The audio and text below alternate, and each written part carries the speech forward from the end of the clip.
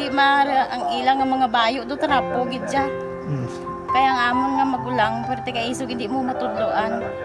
Tapos ay kami kabalo nga ginahimuan gali sila sang hindi mayo kay mga inosente gid ya sir kaayo ya.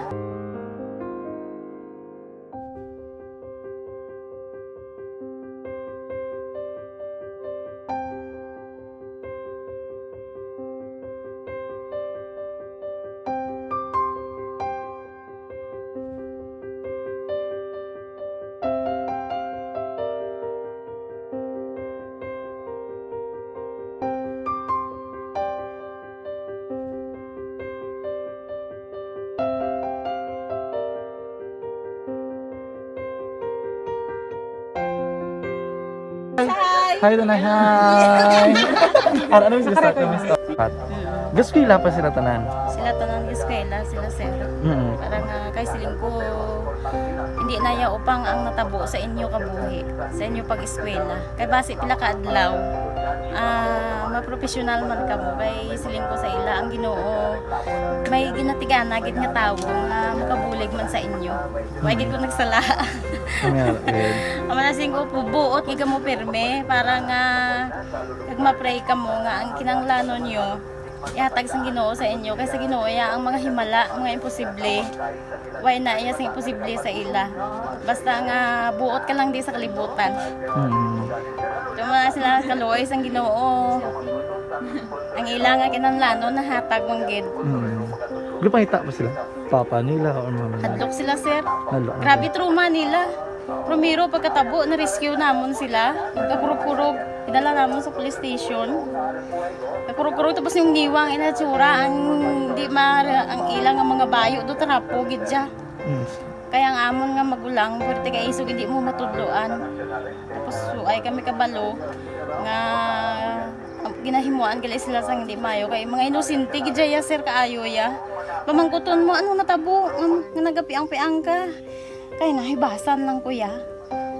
Tigin dala ko di sila sa balay, kay ginpaliguan, kay gipang losyonan, gipang kuan ko gid ilalawas. Ilang ano amo na gali ya gahulubag ya sir. Ti amo to nga naghuti kami ni Kap. Ga problema na gid kuya kay nahadlok man ko nga mag-imbestiga sa ila. Basi mabalaan man ko sa magulang ko kag tuktukon ko. Kag amo nang hambal niya kung makabuhi sa kuno sa prison tuktukon niya gid ko. Gaano gid sila. Pero ma'am, ano lang imo per may ginapanomdom sila? Ano lang imo nga gusto nga matabo para sa Ang imo? ila lang gid jabwas damlag ya sir nga bisan madula kuya sa pila ka adlaw. Maka-eskwela lang sila okay na kuya. Di siling ko sa ila may kabataan man ko bala nga problemahon. Pero siling ko hindi ka mo magpasaway sa akon.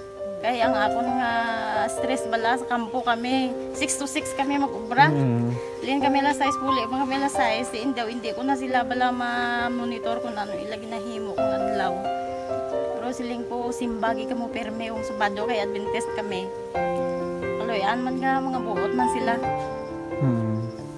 Isang primero, daway sila ganang biskwila. Ngod nga kung tudloan mo sila sala. Katruma sila sa binangon, sir kalabas ang talibong ni Mano. Itanday sila liog. Di isang ayawan kami. Pero Subong at least nakaamat-amat na balik. Ga-recover man sila. Tapos ilang eskwela, okay man. Ma'am, may pasalamatan ka ma'am? Abaw. Thank you gid no sa Action Radio Bacolod.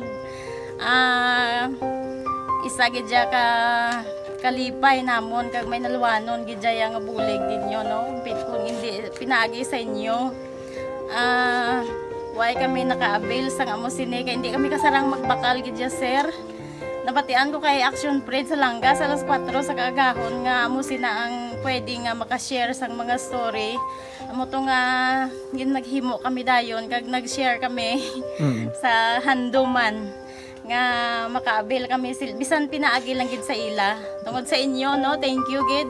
Thank you gid sa Ginoo man nga amo ang naga-provide sa inyo kag kabay nga ang pagpakamaayos ang Ginoo ihatag sa inyo tungod sa kamo nagapabaya sa mga tawo nga nagakinanglan sang inyo bulig. Thank you gid sir.